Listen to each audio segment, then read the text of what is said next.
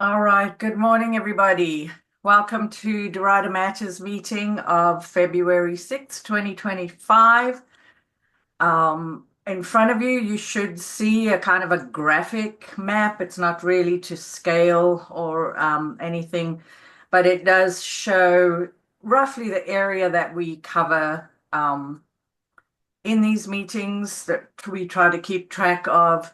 Downtown Derita, sort of in the middle there of this almost heart shape formed by 77 in the west, 85 roughly in the south, and then Harris Boulevard. Those are the bigger roads that are, kind of natural barriers. Of course, there are now some big roads right in the middle. Thank you, NCDOT. Looking at North Graham Street and University City Blvd, particularly. We'll hear about that from Joseph, no doubt. But this is roughly the area, and some of the neighborhoods that are called out here are just the older neighborhoods. Starting with the very oldest really is Hemp Hill Heights and Rockwell Park, and then some of this Derita Village area, which is a name that we coined a little while ago. And some of that, goes back to when this was all farmland, some of those houses. So just going over the area. Here's another view of the same area just to show roughly the scale of it. It's about 2.5 miles radius. So the distance from this circle, to the blue is about 2.5 miles, and that's roughly the area that I was talking about. And you can see some other labels here from Google Maps to describe the area. So they put Derita Statesville kind of here in this area, but downtown Derita really is in that where that red circle is. These are just slides that I have on every meeting. I pull this data from the Quality of Life Survey, just data about the people in that area, and you can see I selected the areas that roughly correspond with the area I've been talking about.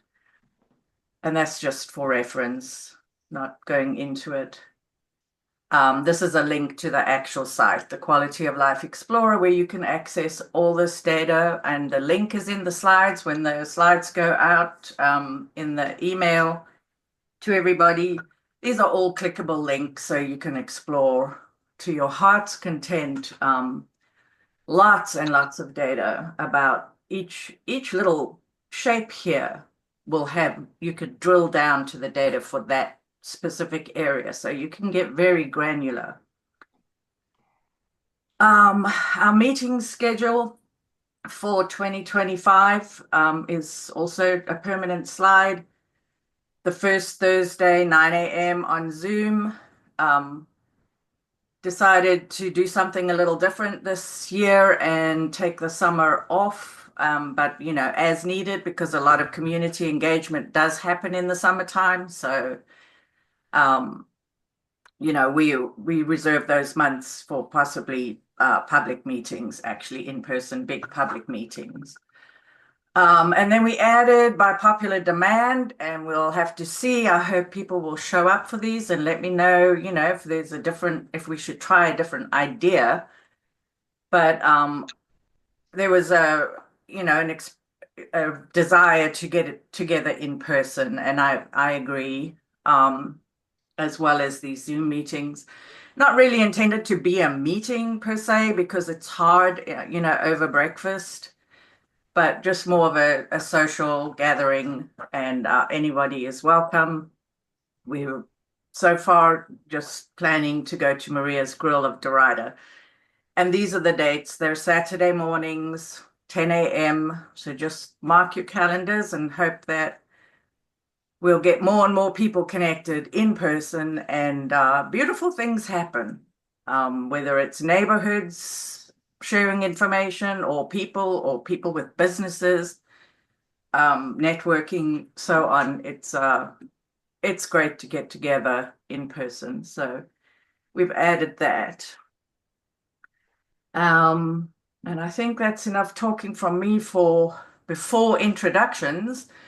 So I am going to give everyone a chance to introduce themselves. I'll call on you. I am Teresa McDonald. I am a resident of Allen Hill since 2007. I'm on the Derita Statesville Road Community Organization on the board. I'm on the Planning Commission for the City of Charlotte, and I'm a realtor. That's my full-time job. I'm a realtor with Allen Tate and serve the whole Charlotte region. If you didn't know, people move to Charlotte and they're actually in Kannapolis or even Albemarle.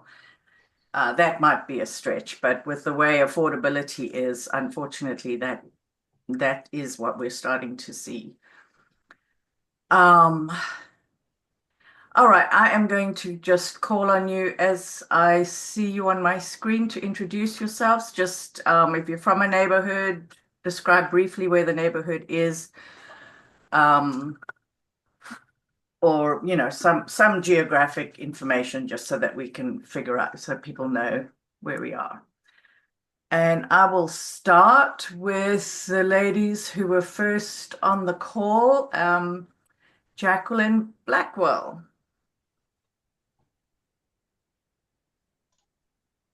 Good morning, everyone. I am Jacqueline Blackwell from the Great Oaks Homeowners Association. I am on the board of directors. I have two of my colleagues here with me this morning, Teresa Greer and Beverly Garrett. All of us, and of course they will introduce themselves, but we're located right off of Mineral Springs Road, between Derita and Harris Boulevard. Our neighborhood is an older one, over 35 years old, but we work very hard to keep it up. We love it. It's a beautiful neighborhood, surrounded by trees, and that's where we got our name, I think, Great Oaks. What else do I need to say, Teresa? I think that's good. I will move on. I've been on the board for 2+ years, I think, because I really love serving the community. I love working to make it better. So we're here today to develop a partnership with you all so that we can stay in the know as to what we can do as a neighborhood to keep us vibrant and to keep up with what's happening in Charlotte. Awesome. Thank you. Welcome. Teresa Greer, otherwise known as 479-066. Yeah. My name is Teresa Greer. I live in the Great Oaks community. Have been here for 34 years. Jacqueline did a great introduction, so I don't have too much to say as far as our location. I have been receiving the, I guess this is called the Derita Statesville newsletter for some years. My son has, he always forwards it to me, and then I'm able to look at it. So just glad to finally, our community is joining in. Been on the board of directors also for some years. And we love our community, as Jacqueline stated. And we're just looking forward to receiving great information and, connection with the other surrounding neighborhoods. Awesome. Thank you so much. Mel Renner. Yes, good morning. I serve on the board for the Derita Statesville Community Organization. I'm a retired from the city of Charlotte, where I was a procurement officer, spending millions of the taxpayers' dollars, and a former HOA president for 18 years in a row the Forest Pond community. More Awesome. than you wanted to know about me. Thank you. Douglas Welton, special guest. Hey, everybody. My name is Douglas Welton, and I am the chairman of the Charlotte-Mecklenburg Planning Commission. And that is where I have spent most of my time with Teresa, I guess. I try and find out what's going on in different places around town, and was lucky enough yesterday to have a meetup with Joseph, and he invited me to join you all today. And just want to be that face that if you guys ever come up against an issue that's a land use issue in town, you can say, hey, that guy was on the meeting who I know he can possibly give me some information, and I will be glad to do that. You can find me if you guys just go to Planning Commission website on the city or the county's webpage. Feel free to drop me an email if you have a land use related issue. Teresa does a great job of keeping the folks in Derita informed, and you can reach out to her as well. But glad to have you for you guys to let me hang out with you this morning, and hopefully we're going to have fun. Thank you, Douglas. Jeffrey. Okay, good morning, everyone.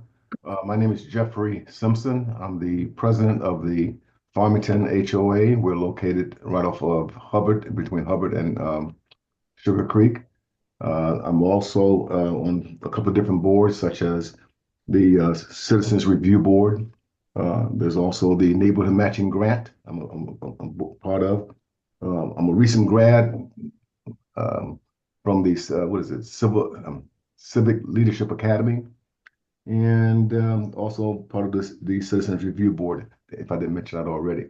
So quite a few hats that I wear, that I enjoy wearing. It's a lot to do in the city and everywhere else, and I guess that's enough for me, Therese. Thank you, Jeffrey.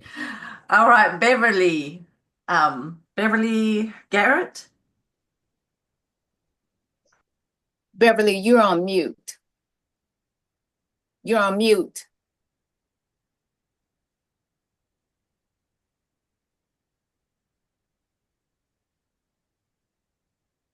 All right.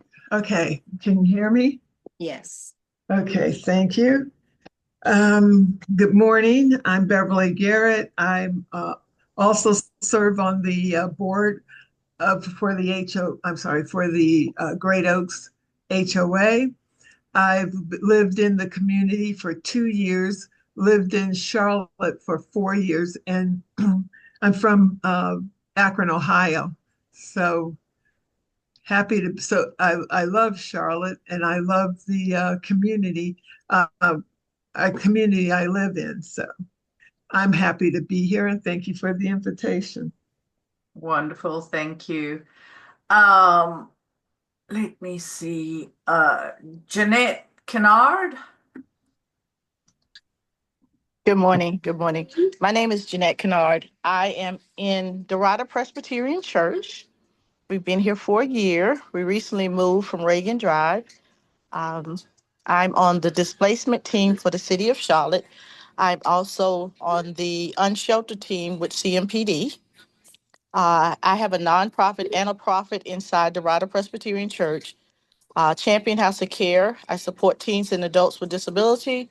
Champion House of Care Project One, we support families who are homeless and living below poverty level.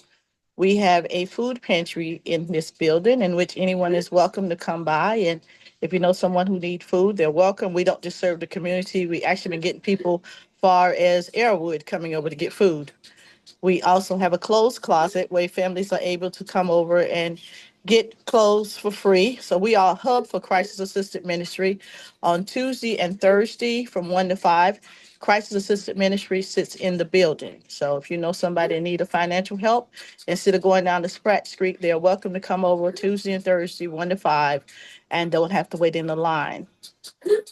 We are here just to make an impact on the community, and we're doing an awesome job. Our food pantry, we partnered with Second Harvest in October. We went from 10 boxes to now we are doing 100 boxes a week. So, if you know somebody who needs food, send them on over. We don't need a whole lot of information.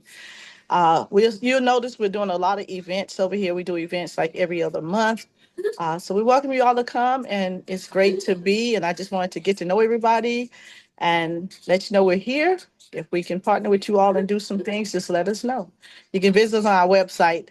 It's CHOCproject1.org or championhouseofcare.org. Thank you, Jeanette. Thank you.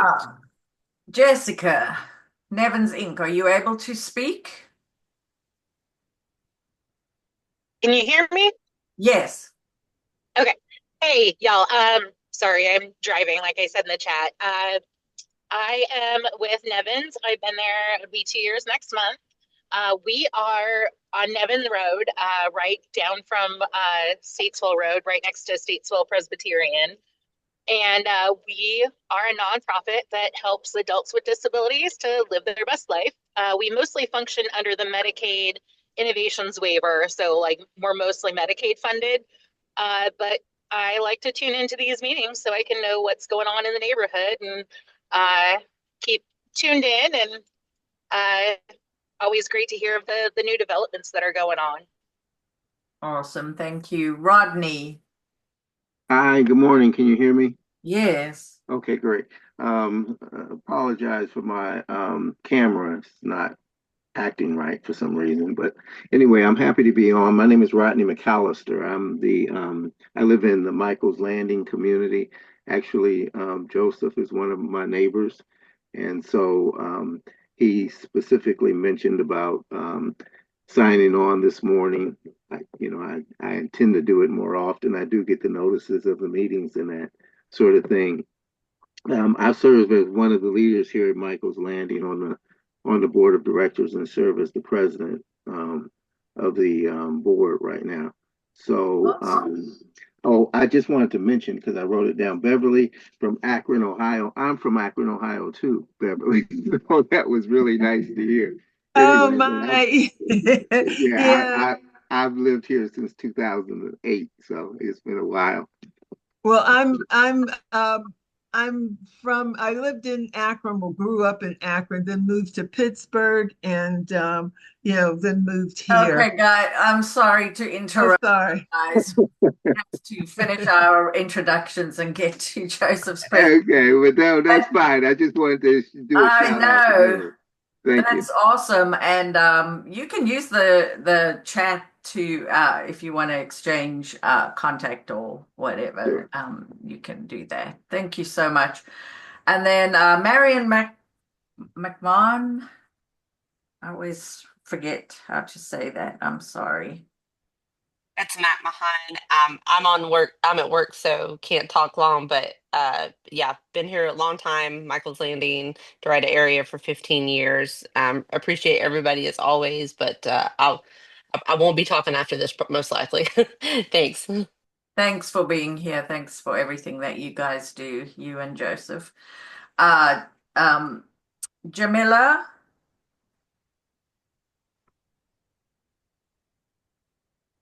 Are you able? Hi. Oh, yeah, you are. Okay. Jamila Freelane with the City of Charlotte Community Engagement Liaison for District 1, and always a pleasure to be here and to hear what's going on in Derita. Thank you. Thank you. And then Kelsey Preston, I think also the city.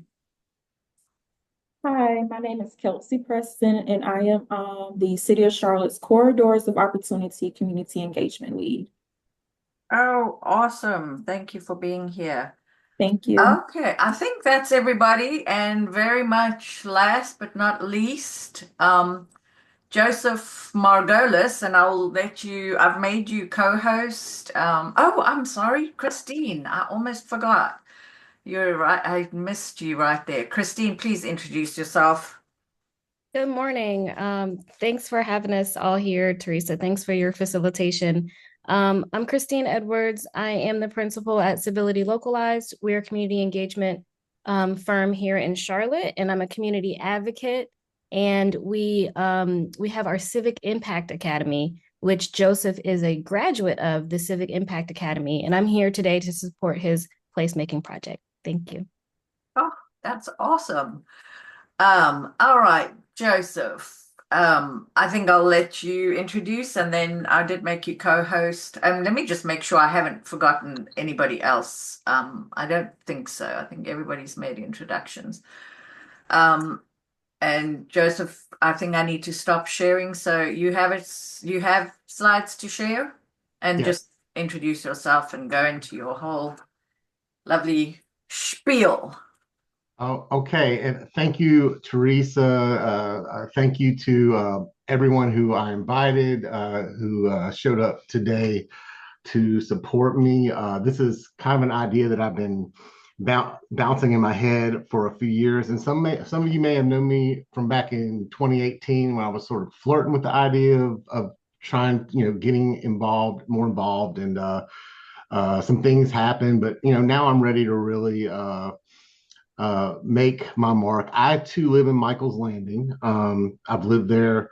I'm privileged to say that I've lived here for 14 years, and Marion McMahon, I'm very lucky to call her my partner, and she's. I wish that she were available to speak, because she is far more intelligent and far more impressive than I believe I am in settings like this. So, that enough about me. I would like to talk about a project which involves a city-owned parcel. This is a proposal that I have for a city-owned parcel that's near where I live, that I think could really benefit those of us that live in Michael's Landing, and perhaps even the residents of Great Oaks, because I haven't talked, and I want to talk with. I would like to set up some time to follow up with the Great Oaks team on here, because we live side by side, and I'd like to connect and see about ways we could, either what your needs are. But this could help, because I think with the transition of the road systems around us, with the road extensions, you may have experienced some similar impacts. So let me go ahead and share my screen. Where are we at here? Is that the right one? All right, cool. Can everybody see the screen, or is it just black? It's just black. It says double click to enter full screen mode. I don't know if that's an instruction for you. Give me a second here. I'm sorry. Here we go. There we go. All right, so let me see if I can get the show to present on the screen. Are you able to see it, or is it black? No, I see your title page now. Okay, perfect. So for lack of a better term, this parcel, that's two parcels down from or up towards Graham Street from where Michael's Landing is, it's the placeholder I've given it is Derita Third Place. And here's downtown Derita inside this circle. And Derita Third Place is right around here. This area right here is Michael's Landing. Great Oaks is somewhere right over, and starts over in here somewhere. You see these streets through here. And so why here? I mean, that's the thing, because it's a city-owned parcel. We're asking the city to make a deal with the county for it to ultimately become a park, and in the meantime, preserve it for placemaking grant. And they have, and that's a good question. It's a fair question for them to ask of us, or for us to be expected to answer, because there are other legitimate priorities in the city that this parcel could be used for by rights, like helping to get affordable housing built. So I want to be fair to those needs, because those are the types of needs that I believe we're going to have, this project would have to address to succeed. But I still think that that there are other needs here that the city, for us, that the city should prioritize. And so let me get into that. So when I first moved to Michael's Landing 14 years ago, and many of you remember, this is what it looked like leaving Michael's Landing, heading to the only way out, Sugar Creek Road. If you look to the left and right, there's not too much easement for a sidewalk. You see the goat path here where people have used it. So clearly the people voted with their feet that we needed a sidewalk there. And that would have been great. Like, I think if all they did was build a sidewalk, maybe Derita School could still be the park. But, but now it looks like this. Right? So here's the intersection. Now we have sidewalks, but we have this to navigate to get to the Derita School, where it was kind of being used as a de facto park by a lot of the kids that lived in our neighborhood. I would contend that this with the sidewalks is less safe than what we saw previously with the sidewalks. And here's the overhead view. This is what it used to be like. There's the park in question. And this is Sugar Creek Road heading into downtown Derita. This is Mineral Springs Road. Here is, and if you keep going down Mineral Springs Road, you start to see the beginnings of the Great Oaks community over here. This is Rumpel Road, and Rumpel Road used to do this, and this is the S curve that you were seeing in that picture. All right, so this is what it looks like today. So let's go ahead and let's see how things have changed. There's the same, it's a little wider now. Sugar Creek Road is wider going into downtown Derita. Here's Mineral Springs Road. As you see, you have to stay on Graham Street and turn right on Mineral Springs Road. And this is where Mineral Springs Road used to be. This is Rumpel Road, dead ends into the new Graham Street extension. It continues it stops here and continues when you turn into this neighborhood up here. Here's where it used to be. This is the University Boulevard extension. So again, this is the North Graham Street extension. This is a major arterial the main purpose for these type of arterials is to help move traffic to the edges of a city or even to outskirts in other counties. So basically these are used to help people who live in Concord or Harrisburg go work in Charlotte and then take their property tax dollars outside of our city. And so that's a necessary use, I believe, but it still has some impacts on us. Essentially, there's safety concerns and health concerns that have cut us off from downtown Derita, where it used to be a slightly unsafe walk on a 2-lane road. We now have to we have a really dangerous traffic pattern. This is a decline where traffic is just going 45 miles an hour. There's an incline going this way where if you're trying to cross over from Rumpel Road, there's very, very, very poor visibility from here, which is why they designed the crosswalk system to come all the way down here and then back here instead of just crossing it in the old pattern that people used to walk where they would just sort of follow the S curve. And there are empirical factors that impacts that I believe have harmed our area. This is data I lifted from Rice University's. It's a brief from the Rice University's Baker Institute for Public Policy, and so busy arterials like the ones we see here, the Graham Street extension and the University Boulevard extension, they can serve as a de facto blockade against pedestrian movement. So the impacts of this are like more difficulty for children and adults to walk, to safely walk and play, increased risk of injury. And I see people crossing exactly, not at the crosswalk, but where it's most convenient, coming out of Mineral Springs or coming out of University City, crossing that Graham Street to get to the bus all the time. In fact, when I'm riding my bike, I often will just go ride onto the median from Rumpel Road and then turn left from the median because it just makes the most sense. And then there's some, but this blockade also often leads to loneliness, social isolation, psychological distress, and decreased social cohesion. And so those are things that the empirical data shows. And when arterials are built with safety in mind, it's kind of the opposite. You get better social connection, you get more robust social networks, higher trust, higher reciprocity. And I think about maybe how the plaza has been treated over the past few years between Belmont and Villa Heights, or in Central Avenue and the Plaza Midwood neighborhood.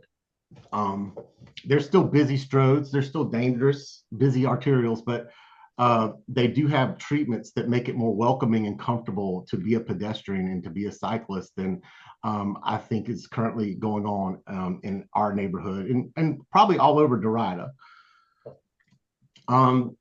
So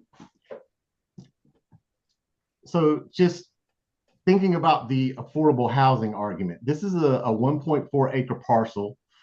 It's already zoned N2B. So I can see why city leaders who are about to meet in March to determine how to use the parcel, they're going to have an interdepartmental collaboration meeting, might come to the conclusion that this is ideal for some sort of affordable housing use, because it's ready to go. It's got the density zoned in and everything. But when you think about it like this is Michael's Landing. We already have 100 units, and based on 7 acres, and based on how we're built, we're kind of a condo community, and our price points are in the low 200,000. So we just by market rate are producing some of Charlotte's it's probably one of the more affordable housing communities to live in Charlotte, just based on that alone. And you have this community right here behind us, the Mineral Springs neighborhood behind us, that is I did an eyeball test earlier. I approximated about 90 units on this parcel, and then this parcel right here is getting 16 units. This parcel right in between Michael's Landing and the park and the Derita Third Place parcel, that's zoned for N2B. This parcel is zoned for N2B. So these are all going to be, we have a significant stock of market rate affordable housing here. And we have other parcels that we have 2 that are coming online. And when the market conditions turn for the better for multi-family products again, I'm sure this parcel here and this parcel here are going to eventually be developed. So in terms of like Charlotte's comprehensive plan goals, we're providing a lot of density, and we're also, just by way of how Michael's Landing fares in the market, we're providing affordability. But because we're cut off, what we don't have is a safe amenity to get to. But so here are the key details. N2B, 1.4 acres on the parcel. And what's good about this is that it's owned by the city of Charlotte. That gives us an opportunity because they have other priorities to meet besides just making the most profit out of it. Like, so even though, and we're lucky with the timing of this. I just found out yesterday that they plan to make an interdepartmental decision on what they're going to do with the parcel. So we're coming in at a good place because it gives us time if there's interest in preserving this parcel for a future park. It gives the community time to organize and let elected leaders and relevant staff members know. And here are a couple of things. Like, I think affordable housing is a important aspect of the comprehensive plan, the 2040 comprehensive plan. But these are also other key priorities. 10-minute neighborhoods, which is that you can be a 10-minute walk or bike ride away from life-sustaining good needs like grocery stores, or for amenities like a park. And the other aspect is healthy and safe and active communities. And so these major arterials, especially ones that are not treated very well with pedestrians and cycling in mind, which I've been a pedestrian and a cyclist on that section of University City. I do it because I love cycling and I highly recommend cycling. And but I can see why people would feel uncomfortable doing it, because I have to force myself to get through that. So in terms of where parks are located, these are the 10 closest parks to Derita Third Place. None of them are a quick walk away. And you have to cross a stroad to get to most of these. So in terms of, Sorry to interrupt, Joseph. Just explain what a strode is. oh, If I'm you so don't know. sorry. A strode is like it's kind of a colloquial term. It's like the combination of all it's of a street and a road. And so like basically, so even though you have these residential neighborhoods along University City Boulevard and along Graham Street, where you have residential traffic turning in and out, and so maybe it should be built more like a street because of the type of intensities there. It's built like a road. And so I'll, for the purposes of this, I'll continue just to call it a strode is like an arterial, like compare it to Graham Street or University City extensions.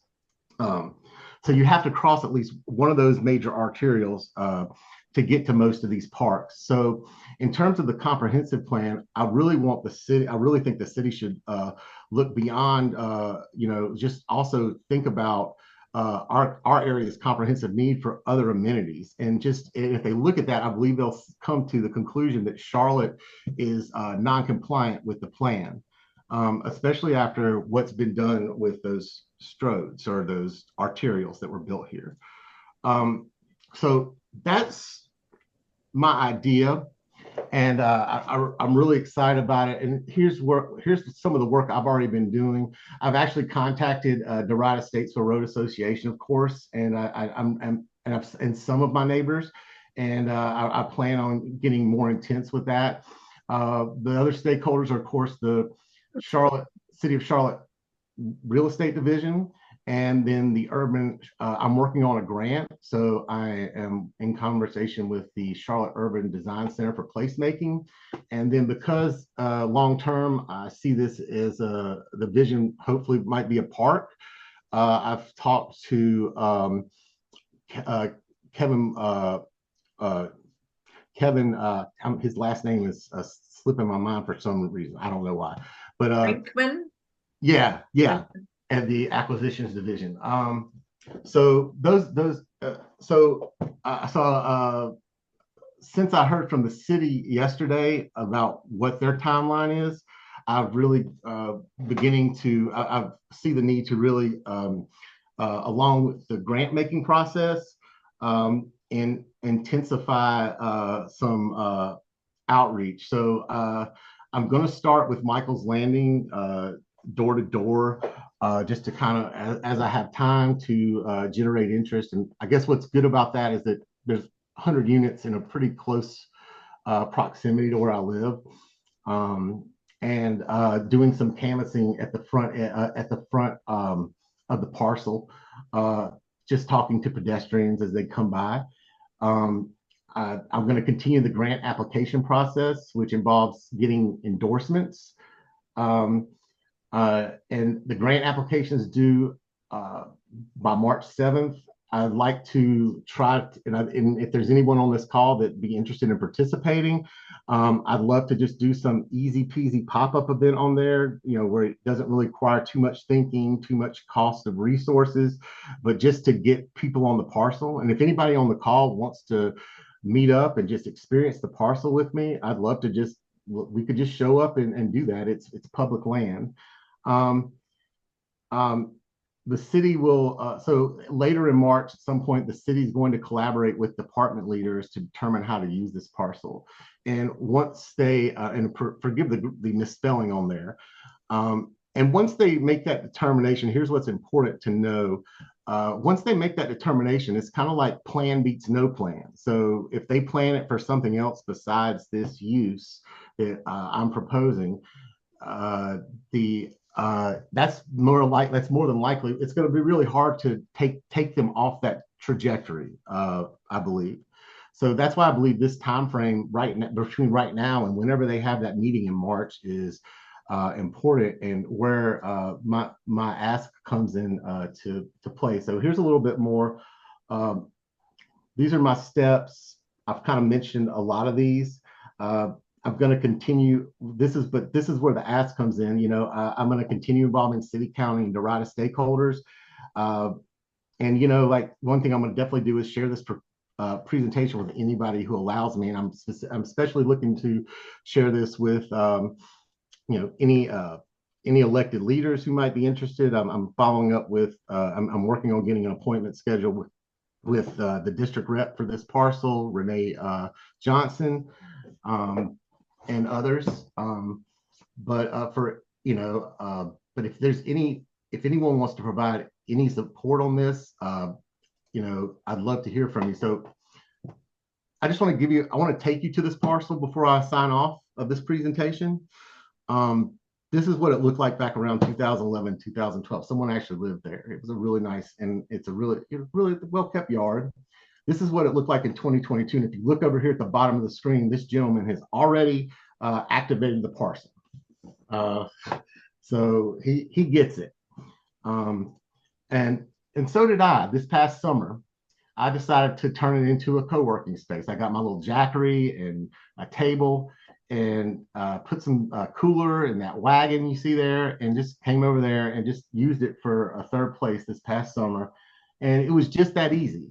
Like a pop-up doesn't have to be overcomplicated or over-programmed. It can be just something that easy where a few people just decide to figure out how they can just quickly throw something together and use it. So, one thing I'll say, it's not just my parcel. So I really feel like maybe the community gets together and they decide this shouldn't be parked. This shouldn't be held aside for placemaking.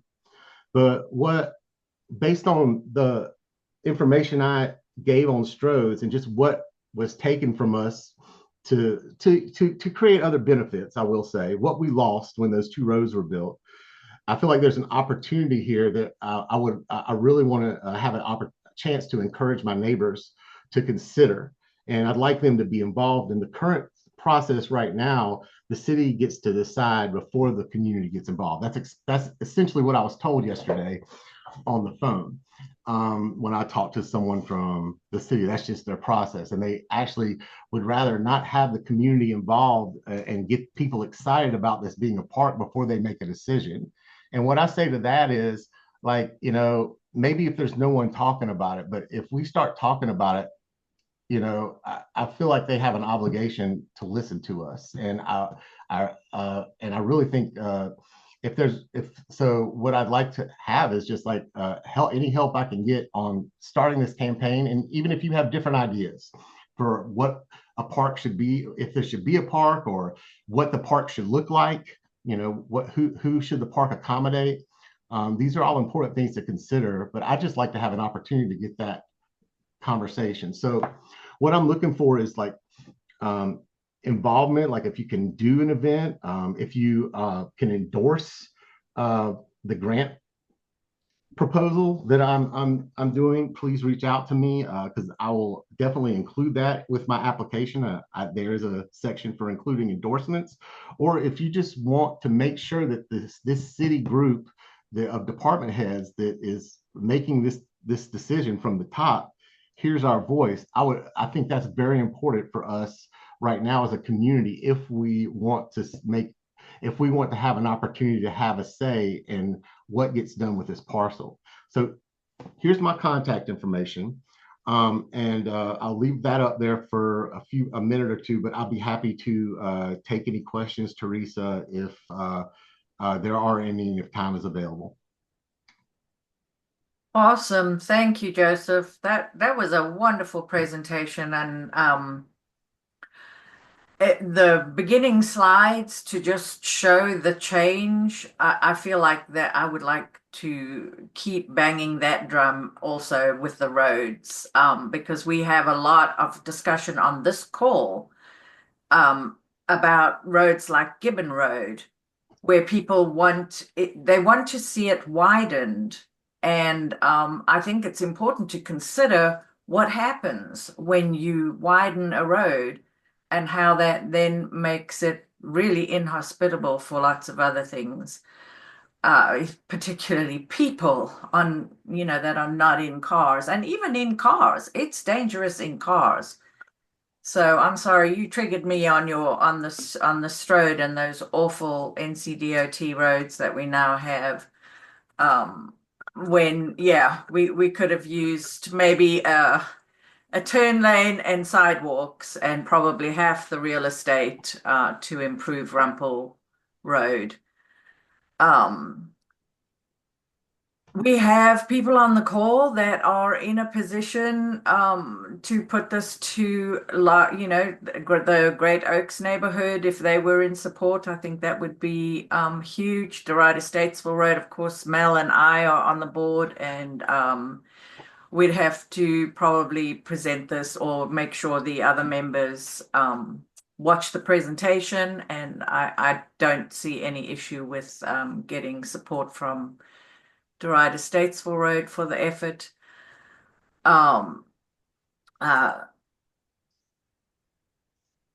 And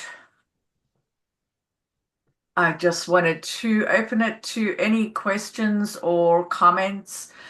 I've got sort of a larger context slide up right now that shows those parks that Joseph was mentioning.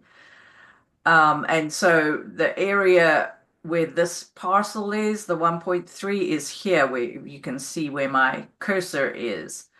But just generally looking at the Derita area, we do have these parks. And I'm very grateful for especially Ribbon Walk and Nevin over here. We have a huge, beautiful county amenity in our backyard in Derita. But what we don't have is the small parks that are within a 10-minute walk of homes, and a safe walk, which is a key part of Joseph's presentation too, is that maybe you could walk a mile, or that's a stretch, but you're going to risk your life crossing North Graham Street. So you can see the gap here in terms of park space and the whole of this, the whole city is like this. It's not just Derita. We've basically developed and added housing for 30 years or maybe 50 without considering public park space in close to where we're putting all the houses. So I really appreciate your slides and the case that you made, Joseph. I think it's very compelling, not just for this parcel, but for the way that we plan our roads and parks and housing and just how people move around in the city. So I think it's awesome. I want to see what people have, anybody has anything to add. I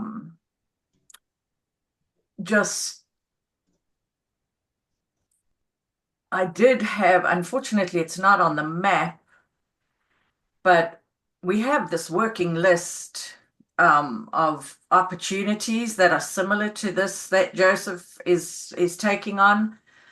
And one that's very close, that is very pertinent to the Great Oaks neighborhood is the HOA, the Great Oaks HOA actually owns property that could possibly, via some kind of greenway, connect to this parcel. So people wouldn't even have to walk out onto University City Blvd to get to the park.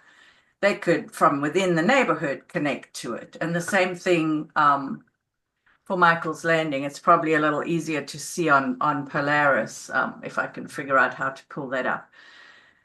But yeah, I do see this project as something key that is going to add, a pocket park.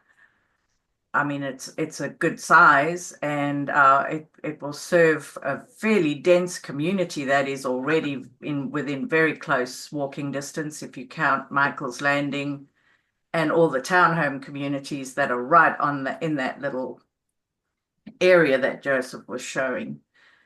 But there's also the potential to connect it to more of the neighborhoods that are landlocked between these big roads. Teresa, I'd like to just clarify one thing that I didn't touch on, and that's the type of grant that I'm applying for. It's a technical assistance grant. And what this does is it activates the Charlotte Urban Design Center, which they help with like placemaking opportunities throughout the city to engage the surrounding neighborhood to help determine how best what the community wants with this. It's a multi-month process. They put money into marketing and renting space for meetings and to get the community engaged and get their feedback. And then after the feedback, they produce a playbook and a $5,000 grant to start placemaking, which you would get around November. And what that would lead to is, I guess the idea is following year, you have now that you've done this work, you've engaged, you've found people that want to be a part of the team that helps see this through, and you can use your playbook to write an actual placemaking grant, which you can get for up to $25,000 in the following year. So if we were to be awarded the grant. So that's one aspect of it that I'm really interested in talking to people, in Michael's Landing and Great Oaks, if either of those parties are interested in participating, I could use your help.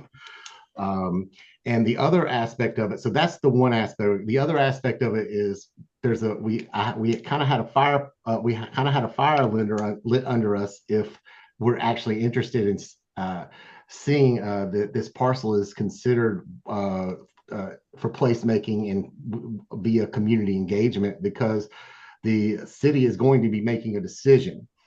So whether or not we get the grant, there's a need to really make it to rally enough of our neighbors to help make it clear to the city leaders and the elected leaders that we really want them to consider our ideas for how this parcel is being used when they go into that meeting in March. Because like I said, once they leave that meeting, their decision is going to be the decision. It's going to be really hard. Douglas, you have probably a lot of experience with stuff like this. Would you agree that that's most likely how it would go? I'll put in here, the Joint Use Task Force is a group that is basically the city and the county and some of the municipalities in the area all own property. And what they try to do inside the Joint Use Task Force is to make sure that if some property or becomes available, that it's offered to the agencies and the organizations within those local governments first to see if there's a good use for it. That's a process that tries to make the best use of the things that they have. If the city has a piece of property and the county wants to put a park there, then we don't have to go through a lot of process to make that work easily. And similarly, school district, some of the towns, blah, blah, blah. And that Joint Use Task Force will come to a conclusion about the property and what's to be done with it. And that's kind of all within the government's purview. It's like if you owned a piece of property and you wanted to talk to your child about buying the piece of property or living on the piece of property, everybody else's comments about that don't really matter because you and your child are going to figure that out. And when things are being done within the city with property the city owns or the county owns, it's theirs. So how that works into their long-term plan, they've got a much better handle on that than I do. So I don't know if hopefully I said something. Yeah, I think what I took from that is but they make the decision, and the decision, that's the trajectory. That's basically, yeah. So that's my clarification. And Teresa, I'll turn it back over to you, and I'm happy to hear from anybody, any other feedback from people or any questions that anyone has that I can try to answer. Teresa, I have a question. Just Jeffrey. For both Douglas and Joseph. Out of curiosity, one of the things that Douglas mentioned was good use. So just in my mind, I'm just thinking this through. Maybe some of the pushback on some of these parks, versus being that they're small, and being the rise in homelessness in Charlotte, would that be a attraction to something of that small parcel like that to homeless camps? I'm just curious. Would that be an objection to you getting your grant? There's probably a lot of speculation in that. I will say that one of the things that Park and Rec and their capital planning have they've gone through this process, and they repeatedly go through the process of identifying places within the county that are underserved by parks. And you can't put a big park everywhere, so they do try and put smaller parks as is necessary. They also request, when people do development work, that they sometimes donate parcels of land that could be open space that can be publicly available. The developers can or sometimes don't want to do that, but that's kind of how we get parks built on a smaller scale. Other organizations may have a use for something. There's a water tower up on Old Statesville Road where Sunset comes in, I think. Yes. Yeah. All right. And that property was owned by another city agency, but in order to ensure good water service there, they traded, right? To get that to be used. This being owned by the city is concerned with things like sidewalks and infrastructure services and things of that nature. The county is concerned with the social services and things of that nature. I don't know what their priorities are. I think the county's asking you right now for what their priorities are. A singular parcel like this in a neighborhood, I don't know is necessarily going to be the one that the county's going to say, oh, this is a great place for us to put a homeless shelter or some kind of shelter space or any social service. And particularly, I guess, considering that they just, put a large investment in the Scarborough Center up at Eastway and North Tryon. My question was not clear, but it's not so much putting up centers. I'm talking about attracting people to camp out with the home. That's what I'm talking about. Yeah. It's currently vacant. It's currently that kind of attraction, I would say. Yeah. And I've never seen anybody camping on that property, Jeffrey. But what I will say is I want to this is the first time I've publicly shared this with people. And so I know that this is mostly like just my idea that I've thought of at this point, right?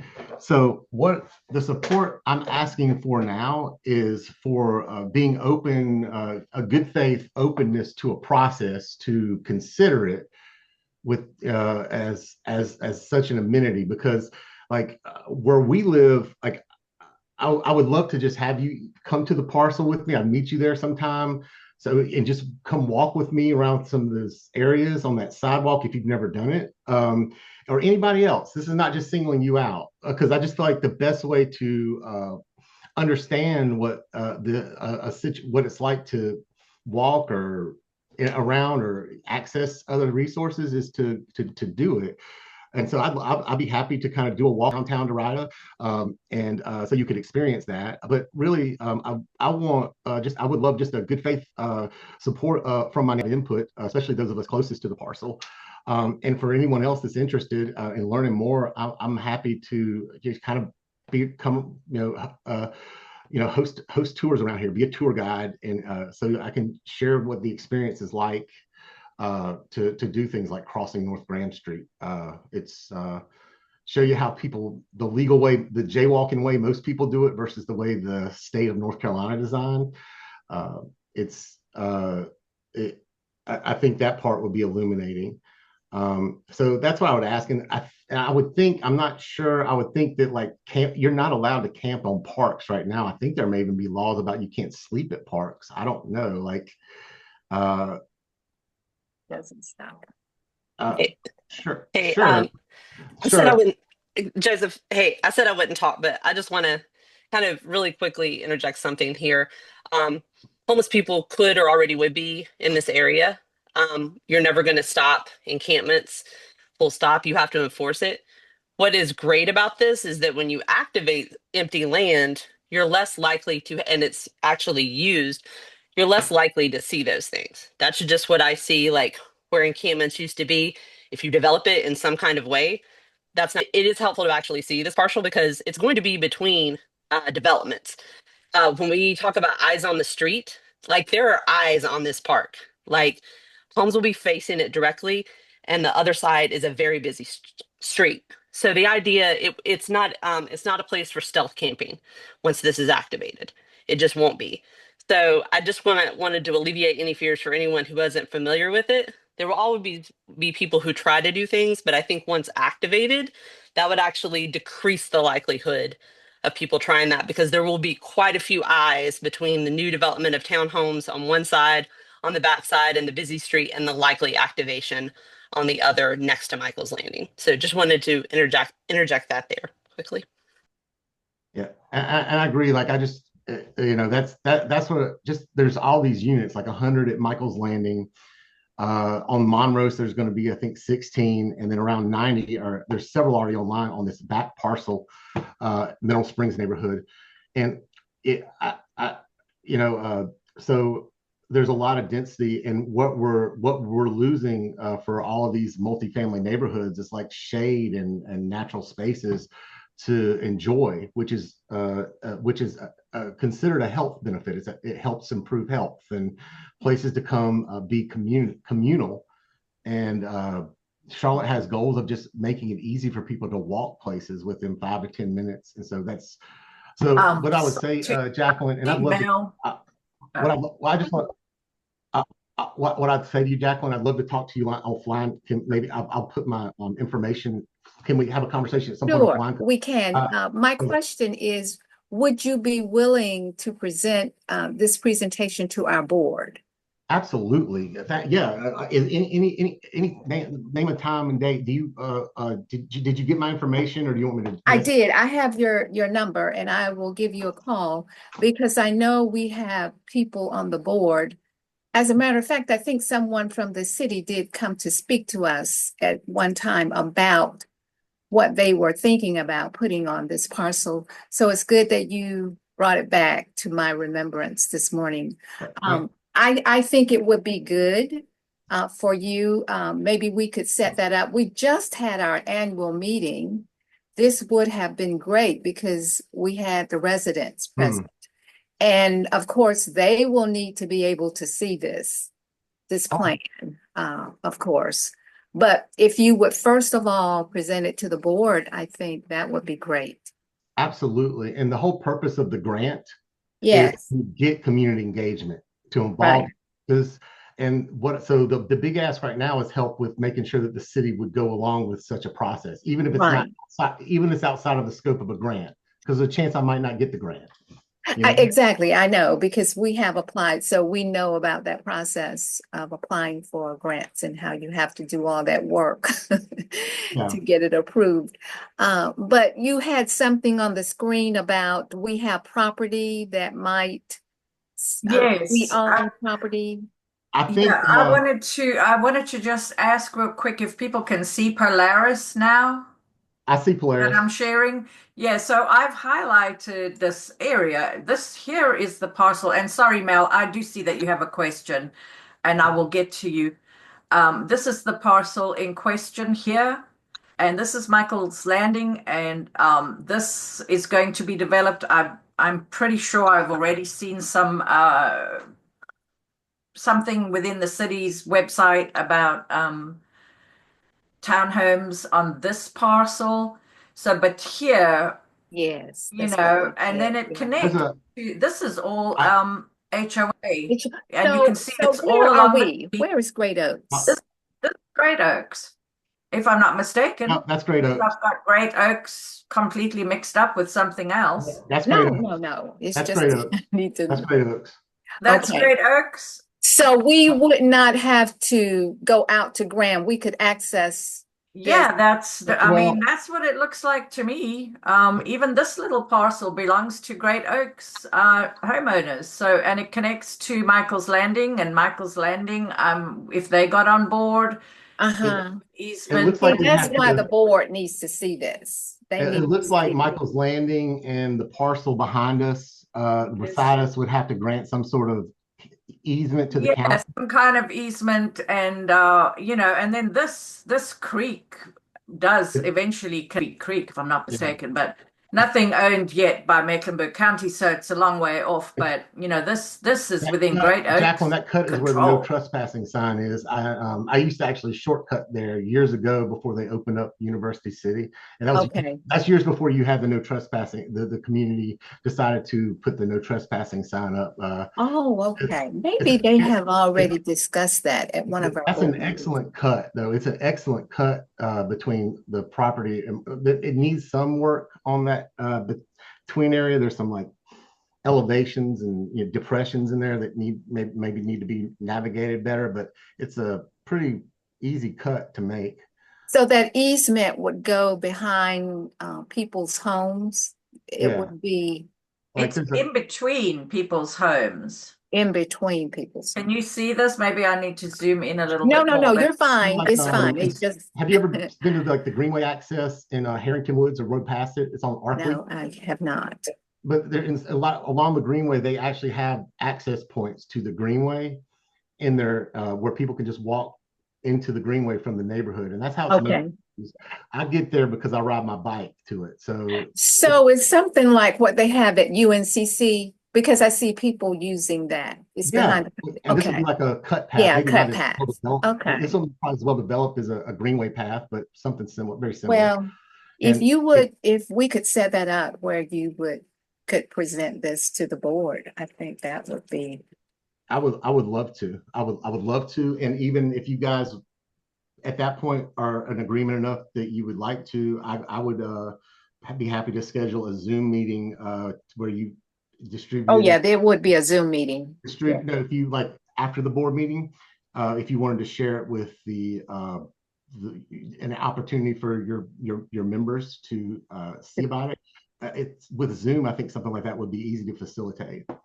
On my end, because I could just show up whenever you Oh, yeah. Yeah, email the distribution. it would be Zoom. Yeah. So if you and your board are open to like having an additional meeting for your members to attend outside. Well, first of all, I think the board needs to Absolutely. see it Absolutely. I first. understand that. I'm open to multiple meetings is what I'm saying. So we are having a meeting on the 20, let me get my calendar. The Can last I chime Tuesday in real this quick? month. I need to sign off too. Okay. This is Rodney, Michael's Landing. I'm sorry. I just wanted to let you know, and Joe knows that he has Michael's Landing support for this. It would be a huge win in that we have great frustrations with all the children needing a place to play, and we really don't have that. And like it was brought up, the community that was just built behind us, that's going for $400,000 and $500,000. I don't know, what kind of population that is, but they're already moving in over there, and I think it'll be a win for them too. But thank you for allowing me to speak. Mhm. thank you, Rodney. I want to say you guys get together offline to make arrangements Okay. for another presentation, and I just want to come back to Mel, who's been waiting very patiently with a question. Mel. Oh, I'm sorry, Mel. Teresa, can you get back to the Polaris and zoom out a little bit? Yes. Oh, and I wanted to just sound quality issues, or is it just my side? I'm seeing a message that I have low system resources, which I have no idea what that means, and I have no technical support here at home. So I don't know if it's my side, but I'm definitely having trouble with hearing you guys clearly. Okay, Mel, I know you want to see where Forest Pond is in all this. No, that's good right there. That's fine. First of all, I want to compliment Joseph on all his awesome efforts. I think this is a great parcel. My significant other lives on the opposite side of University City Boulevard, and I'm very much you might say, involved in efforts for the future park that accesses all that neighborhood, which is the IBM park. You can't quite see it in this shot, but it's anyway. So I'm Yeah, trying real to anxious about. zoom out a little Yeah, so we can see that. yeah. So I'm real anxious about that, mainly to relieve excessive traffic going the one way in and out of Rumpel Road for all that huge community that doesn't have any other access, but it has potential to connect to Neal Road by way of this new park. So that's something that I'm really anxious about. But back to your parcel that you're wanting to make a park out of, again, I think it's a great idea. Uh, Inquiry, have you by chance contacted the owner managers of that new condo development that already exists, the one that's about to exist, to get their buy-in? This would be a potential great asset for those developments. I've looked it up. They don't have phone numbers. So yesterday I dropped off endorsement letters for the grant process, asking them to write an endorsement for the grant. And they live in Waxhaw, and I did it by certified mail, so I could get a signature to know, just in case they end up not responding to it, that I would have a signature, record of a signature that they received it, so that the application that the people considering the application would know that that it was sent and they received it. I haven't reached out to the Taylor Morrison team that still runs the HOA for the Mineral Springs community, but I have been considering giving them a call, just because they actually have residents there that might want to have a say in this. So I probably will actually repurpose my letter to the Taylor Morrison team, but they have a phone number I can call, so that might be a better place to start.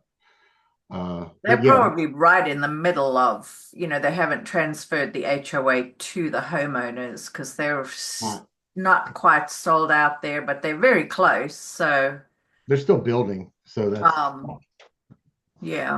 yeah, it'll be interesting. Hopefully they do buy in, but they probably have some open space that they were required to include in their development, which is how we do things in Charlotte, instead of taking a more holistic approach. Yeah. Each little community has its little enclave and private open space. But yeah, did we get everybody? And hopefully Jacqueline and you and Joseph will connect so that you can get on, he can present to your board and get some support. The other neighborhoods around there, I think those are the key ones, really. Somerset Springs is another. Oh yeah, and then the relatively new, where the Methodist Church used to be, the senior community, I think. Yes. Right. So they've got a bit of a longer walk to get there over here. What's good about it is they don't have to cross Grant. They don't. Right. That's exactly right. They would. No, that's true. You're maybe exactly right. maybe some of them won't be able-bodied enough to make that walk, but there's probably will be some. There'll probably be a lot there that would be. Yeah. Walk or roll, this is what sidewalks are for, all abilities. And, we need to make sure the most vulnerable can feel safe.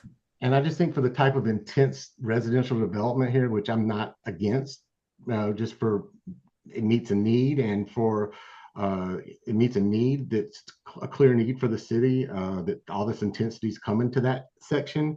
I think that it should be an obligation of the governments that helped create the traffic conditions that make it that otherwise make it more difficult for us to be connected with our city in a way that falls in line with the comprehensive plan to use opportunities like that, really deeply consider these opportunities, especially if it's getting support from the neighborhoods around the parcel. They ultimately, like Douglas said, get to do what they want to do, but I feel like we deserve, especially if it seems like there's community interest in having a say, if we want to have a say and we actually have an idea to give them, not just like, we're not just saying no, we're saying we want this, we want you to save it for this type of use. I feel like they get to do what they want with it, but they should feel obligated to hear from us before making a decision. Yeah, I'm curious, and maybe Douglas, maybe you answered this before, but is there any benefit to just trying to get in front of that interdepartmental or whatever we called it, the joint use task force with this idea, just to, so that they have some, I mean, I realize they have their own criteria. Just before Douglas answers, I'll just say one of the things I'm going to talk about with Renee when we meet, Renee Johnson, when we meet, is just this thing. And I'm as much as I can, I'm going to work. I don't have any contacts in neighborhood housing services, but I'm going to work all the contacts I have in the planning department to give them an opportunity to see well, this. Jamila is on our call, although this is District 4, so I'm not sure if your district is the council district or if it's another district. Yeah, yeah, I'm District 1, but yeah. Is it council District 1? No, I'm District 1. District 4 is Johnson, I believe. Hold on, let me just double check real quick. Well, I'm just talking about housing and neighborhood services. Is it a different contact for this area, or are you over this area, Jamila? There's actually 3. That's what I'm saying. Oh. So it's 2, 4, and 1. But specifically for for the council district of just that area is 4. Yes. 4, yes. Yeah. Yeah, that's I should have said 4. Yeah, it's Councilwoman Renee Johnson. Yeah. And then this, Douglas has gone away from his camera, but I believe these kinds of exchanges or sales do come before the Planning Commission. Now we have a vote, or we have an opportunity to pull these things for discussion. So when it gets to that point, it's possible, but Douglas will have to clarify, and I don't know. Yeah, it's a matter of, I just do feel a sense of urgency that they could make a different decision about this parcel, and there goes, a good idea in my opinion, and especially when you think about how it can connect with the neighborhood greenway. Yeah, and I would homes. I would love to hear from Douglas if he has but I definitely think it's this window of time is important for us. Even if we have even if there's those of us that have a different idea of how the community should be engaged. That's outside. If I'm not mistaken, I think the city council also votes on these. They don't. I don't think they just can make decisions to sell or trade land parcels without it going through a process. But I wish Douglas could confirm that. For what it's worth, I mean, there may be, use that. Once they get on a trajectory, it's hard to knock them off, especially the longer it goes, right? Because there's more labor. I know. But there's more labor force work put into the process. So that's why I want to talk to, just at least right now, get some initial action towards emailing elected leaders, emailing appropriate staff. And so I'm happy to follow up with anyone that has any interest in helping to support that part of the process too, even if we end up deciding as a community that a grant process isn't the way to do it or whatever. I just think, because I feel like once that decision's made, that'll be what it is. The plan beats no plan. Yes. No, I agree. So, well, hopefully, this has been a wonderful exercise and a really good presentation, Joseph. I think you can repurpose that for presentations to NCDOT and CDOT, really. which is another whole piece of work that we have to do because those roads, and some of us knew this, when all the plans were made and, the construction was underway, that the next thing would be the dangerous Strode that we now had. And Forest Pond, Mel Renner can tell you, that road runs directly through Forest Pond. And it always was planned to, even when Forest Pond was built, that was set aside for this Graham Street extension. So it's kind of always been planned, but I'm pretty sure the size of it, the design of it, is an NCDOT special that has no regard for just people who are not, or even, I mean, it's not even safe in a car because,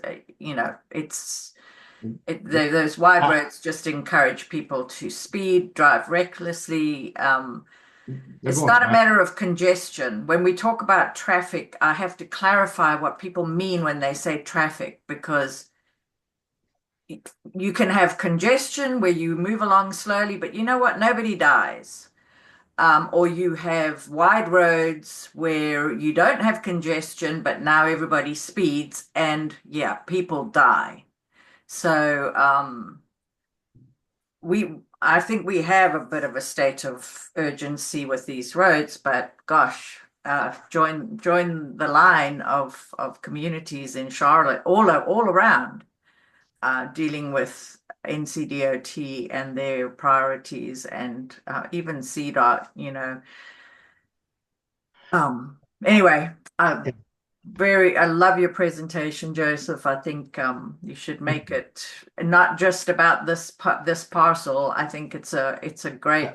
I think that's an eventual case. thing to do. I think that's an eventual process. I think any opportunity to be successful on getting calming done is probably going to involve a lot of community input. So I think a great place to start is a park, trying to get a park built on some city land nearby, because that's an idea that seems fun. And all of us can, right now, we could say it's public. So we could all just say, hey, let's meet up there and bring some chairs and just drink some coffee for a little while. And I don't know, parking might be a problem for people on there, but you'd have to focus on people who can walk there. The community. Yeah, but theoretically, we can go. It's public land. We can go there. Maybe there's a bus route. See, that's another issue. I'd like to see bus routes. See, those are. Yeah.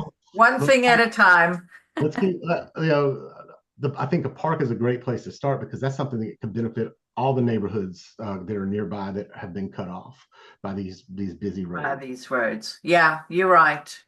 So and immediately, because the idea would be you have to wait several years for one thing. I'm going to talk to Kevin today about at parks is, if there is a placemaking, if the park does end up buying it from the city, could the site be utilized for a placemaking grant? Immediately, without waiting for the county's process to activate. Yeah, because that would be a great way to just get an immediate benefit for the community. Yes. So I'm talking to him today at 2, and I'll do my best to keep you abreast of things. And anyone that wants to email me a letter of support for the grant, or just to forward on to city leaders about your interest in seeing it become a park, or just being considered for a park, because I want this to be a community-led process. That's my absolute intention. I don't want it to be something where they say, oh, it's a park and that's what it's going to be. I want it to be something where it's intentional and we get a say.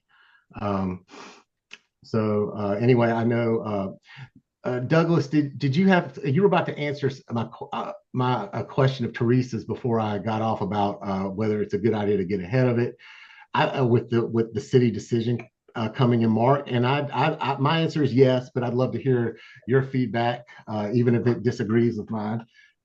Yeah, I apologize. I got a call, and Teresa Andrews says hello.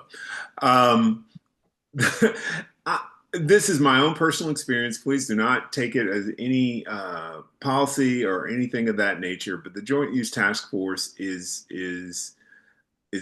opaque. I've never been able to penetrate it. I don't get invited to their meetings.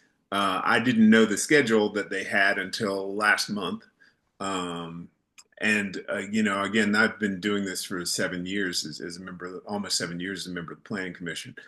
I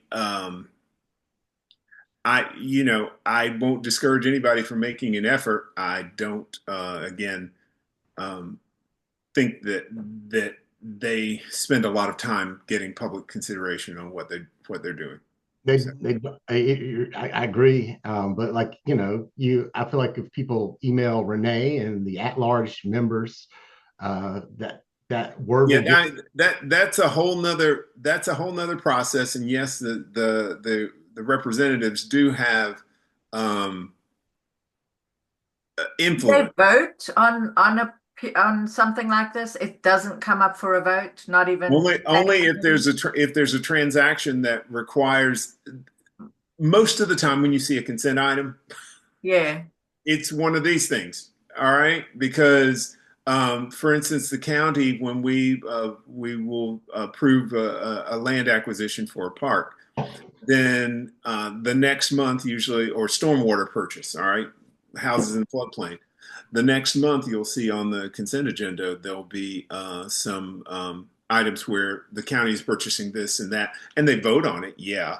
But and they can be pulled for some discussion, but honestly, I feel like when I've watched those consent items go through pretty quickly. I signed up to speak on another matter in the public forum on February 24th, but if I get added to the list, I think I'm gonna change it to this topic, and I'll let you guys know, because if I show up to speak and you guys are interested, that would be a good opportunity to like hold up a sign or stand up behind me while I'm speaking to show the city council that there are neighbors who are interested enough in this idea to come out and get behind it during a public forum. But I'll figure out, as I connect with people, I'll figure out ways to get this to you, Teresa, if you be willing to like email out if I updates like that to give people opportunities. I'd appreciate it, but I don't know if I haven't heard back from the clerk if I've been added to the list yet. But yeah, I think so. It sounds like by the time it comes to a vote, if anything comes to a vote, it would be like approving a request for a proposal or something like that. That's, at that point, like it seems like now is the time. If there's going to be an opportunity to influence what happens, now is the time. And all we get is an opportunity to try to influence it. The city owns the land. They ultimately get to decide. Yes, I'd be interested, and maybe you can get some more information from Jacqueline, if the city indeed did approach Great Oaks before about what they were thinking for that parcel. I'd be interested what they may have had in mind when that, she mentioned that. And it may be, like you said, that they were considering it for a road. I don't know if you heard that or just surmised that. Well, this property behind us, the Mineral Springs property, back in 2018, it was being considered for one of those state 9% tax. There was the owner of the land at the time, or I think novel. The townhomes are now. It was going to be a multifamily. It was being considered for a multifamily apartment community of affordable housing, and that there was at the time there was a plan for on the site plan. They had a road cutting through this city-owned parcel out to University City Blvd, which basically I've learned since then about these arterials. I think will be a terrible idea, but that's what was on that's what was on that site plan way back in 2018 that was proposed when and that project didn't get approved for the 9% tax incentive. So that's why it didn't happen. That's the one thing I've seen on there. Okay, so that may be the same thing that she's remembering. So it may be not useful to even go back to that time, but Yeah. I was hoping that maybe the city had considered it for a park. But let's, yeah. we in the meantime we can treat it like it's our park, and Yes. so let's all get together one day. We can figure out a way to get there safely without cars, or figure out a parking situation. Anybody that can navigate that, let's get have a picnic. It's a good destination for a bicycle because there's no parking. So if you could walk there or ride there to attend this event that Joseph cookout or something Joseph's going to host over there, we'll definitely try to get there. I'll hop on my bicycle even. Make up your own reason to come there. Like I made a co-working space one day. Yeah, exactly. So, hey, Douglas, you want to come join me and work on some of your apps on a nice day? We're going to be busy all afternoon. On a future nice day, you want to come hang out on the parcel and co-work. You can work on some of your apps from there. You can get on 5G Wi-Fi and just. I hear you. I'm looking forward to nice days. That's all I got to say. Fair enough. It's a drive. It's a drive from Madison Park. That's for sure. Yeah. I want to thank everybody for hanging in all this extra time. I really appreciate the engagement. It's very gratifying for that everybody came on. And Mel, one thing for you 18 years straight as a HOA president, that sounds like a major headache that's worthy of calling yourself President Emeritus. Nobody else wanted to volunteer, and quite honestly, I learned a lot. I learned a lot about managing a HOA for just shy of 300 homes for all those 18 years. Yeah. And the way we're creating HOAs now, and this is another comment for Douglas, on tiny little parcels and little communities of maybe 40 homes, maybe that's a little easier to manage. I don't know. But they have to have their stormwater, they have to have public streets in there, or, pretty high quality alleys.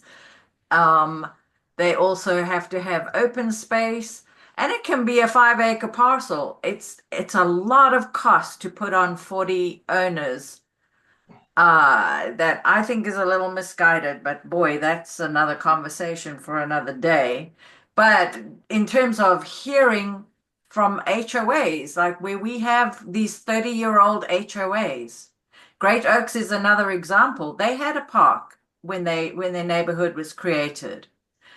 It barely has anything now. It used to have a playground. They haven't had the funds or the ability to keep it up with their HOA dues, or at least what people are willing to pay over and above their property taxes, which they're also paying, by the way. So, I think in Derita we have concrete examples of how these HOA communities play out over time. When the community is not particularly wealthy, it doesn't have the bandwidth to have lots of involved, engaged people to manage these things. I think that's a bigger conversation. Obviously, I'm derailing it, but since I've got Douglas here, I just thought I would get on a soapbox a little bit about that. I don't know how we change that, but somehow we have this massive planning department that doesn't that mandates stuff in little private enclaves, and then the public space, and even those enclaves deteriorate over time because it's just humans mostly work, have a life, and don't have the time to manage all that. So my little soapbox for that totally derailed the whole conversation. My soapbox is I think it's wrong that a lot of HOAs are perceived as the enemy. They're not. They're all about trying to address the common good for a neighborhood. And sometimes, yes, there's limitations what homeowners can do and that kind of thing. Unfortunately, there is this what I call meism going on, where a lot of people, unfortunately, in communities don't really care about the community. All they care about is themselves. So HOA is counter to that. It really is trying to do what's best for the benefit of the community. Yeah, and I mean they should be my point is that it's hard for everybody to be as involved in governing themselves as they really need to be in an HOA to feel that the HOA is not the enemy. You really need to be involved in the decisions and the way it spends its money or raises its money, etc. And people just don't have the bandwidth for that, and it doesn't play out well. I see it. We've got lots of communities in Derita that no longer have an HOA, even though they still have HOA-owned property around, and it's not a good situation. So, but a big problem for another day. I think that's everything, guys. Thank you so much, Joseph. I'll definitely follow up, and I'll be there with a sign or a t-shirt. No, not a t-shirt. Let's say a sign. For the public forum, and maybe we can get a bunch of people down to City Council. So just let us know if you get that opportunity to speak, and it's going to be on this. It's a good time, even even if you're not speaking, to just kind of hear what people are presenting to the City Council in between their regular meetings. The public forum is kind of an open forum. Yep. Y'all have to come up with a much shorter presentation. 2 minutes will last. Yeah, I know. And do they let you present slides? I don't know. I'll ask I have enough advance notice to ask the clerk if it's possible and how to do it. But we'll cross that bridge when we get to it. Yeah, and just maybe a general idea, a general thing about adding these little talks. Just the slides showing the transition from the little 2-lane road to the 4-lane road is very powerful. Yeah, I agree. Anyway, I'm happy to continue this discussion with everyone offline. You've got my phone number and my email address. Does anyone need it again? I'll put it in the chat really quick. Yeah, and I can put it in the email that will go out to everybody on our mailing list as well. Yeah, it'll be in the email. But if anybody wants it right now, just let me know. Otherwise, I'm happy to just wait to hear from you. And I'll do my best to keep you updated. Awesome. Thanks, everybody. I think I'm going to close out. I didn't have anything very particularly pertinent to share, so it'll be on the slides when this goes out. Thank you, everybody. Thanks for coming. We'll see you next month. And so next month we'll do the Zoom on the first Thursday at 9, and then we will have our first breakfast. And I believe that's later in the month, the 22nd, I think. I don't have the dates in front of me now, but they're on the slide. Mark your calendars. See you guys later. All right. See you later, Teresa. See you. Bye.